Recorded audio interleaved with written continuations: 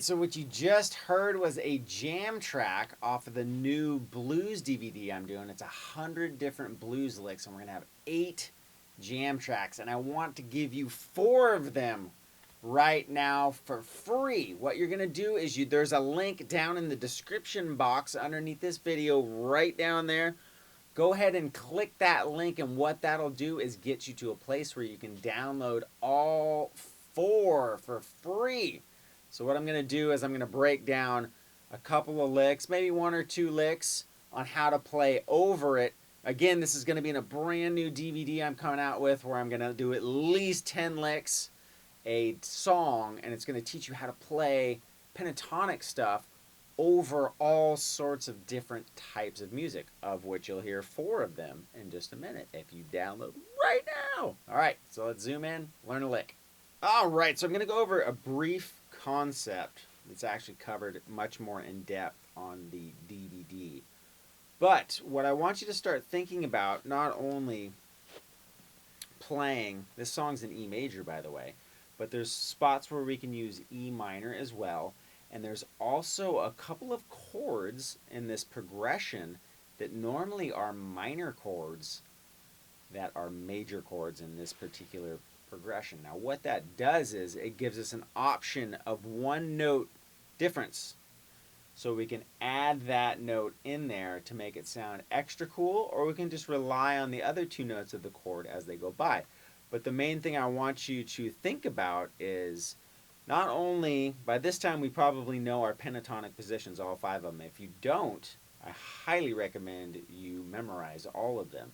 And the next step beyond that is learning different inversions of your chords. So, say our progression, or the progression does go like this, it's E major.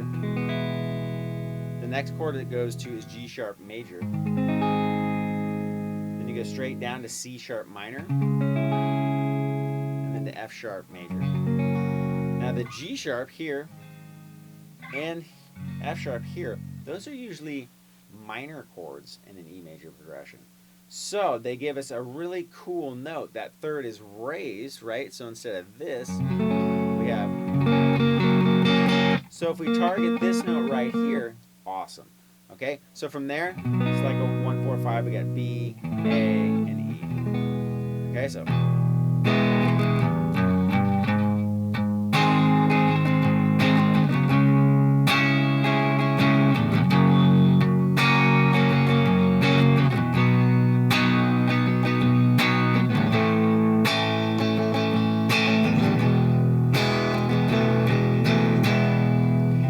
Okay, now, what I mean by different inversions of the chord is, I try to know at least 3 inversions of each chord. Now, I do that by memorizing particular shapes of chords. So, if you've ever heard of the caged method, it's awesome. It teaches you all the chords up and down the neck, relating them to open position chords. And what I mean by that is, this would be an E-shaped chord, C, A, D. And what they do is they move these particular shapes to different spots on the neck to get those same chords. So say I wanted an E chord in an E position, or an E shape, well, I got it right here. But if I wanted that in an A shape, keep in mind what an A chord looks like, I would have to scoot it up this A chord, right? I would slide it up to here, and my first finger would become what the 0 fret is right here. But now, since I have a note right here on the top, or the root note, that A shape becomes an E chord. Same thing if I took this D chord and slid it up a whole step. The next after D is E. So if I slid this whole shape up and played the bottom 3 strings, this is also an E chord. Okay, so I have E, E, E. Now the reason that is important is because each of those chord shapes falls in a different E major pentatonic position. And what you can do is you can learn where the target notes are in each one of those positions by knowing where those inversions fall in each of those pentatonic positions, right? So let me give you an example. This D shape, right, our chord goes.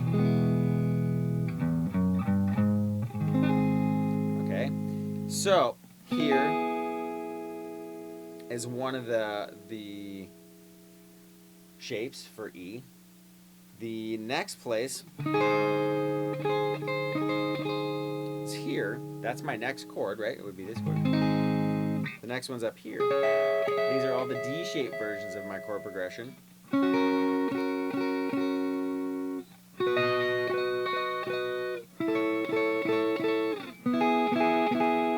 Now, the D shape especially, you do a lot of the soloing on the G, B, and E strings. So let me show you where this comes into effect. So, if we start from the beginning. 1, 2, 3.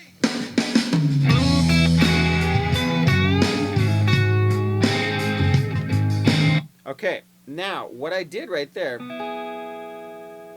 there's my E chord. So by sliding in, my first slide was that note on the E chord right there. I slid into it. That note right there is also in that E chord. So as that E chord went by, I hit 2 of the notes in the chord. Okay, now the next chord we get to is this one. And what I did was I bent up to it. One of the notes in... Okay, so I knew those 2 inversions, those 2 chords in a different inversion, and I could see in my pentatonic positions how I could get there. So we got... Right,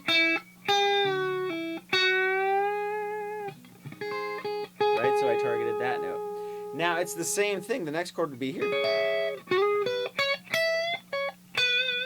And then I got to come back down here.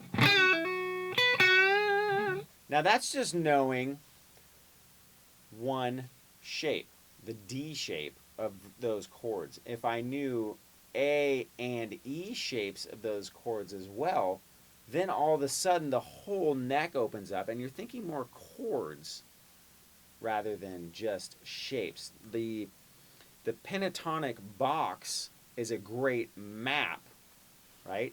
The chord shapes themselves are more the destination, right? So that's the map to get there. That's the road we're following. But the actual destination we want to get to are those chord shapes within that map, or those destinations within our map, right? So...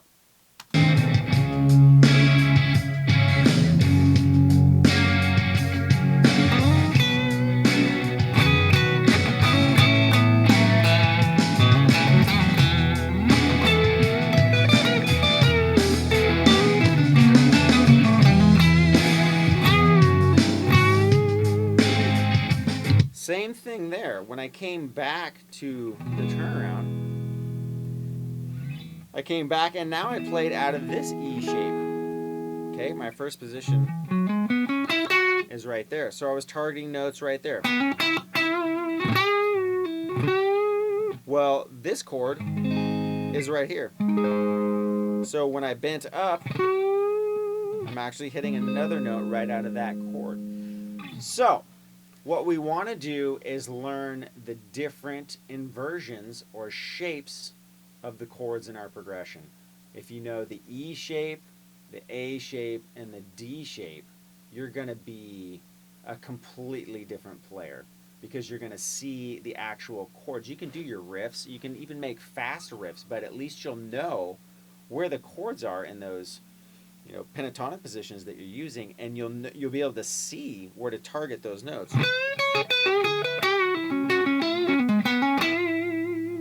Right? And you'll be able to hit them as the music goes by. Now, you remember, if you learn those 3 shapes, then obviously, you know, the distance between inversions, right? So here,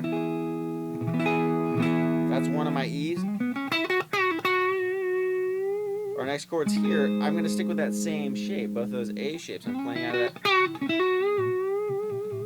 Right? Our next one's a D shape. And I'm going to come back to an E shape of this chord for our next chord.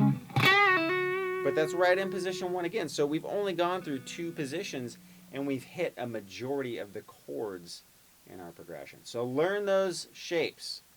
The E shape of each chord, the A shape, and the D shape, and then apply that to what you already know, your riffs.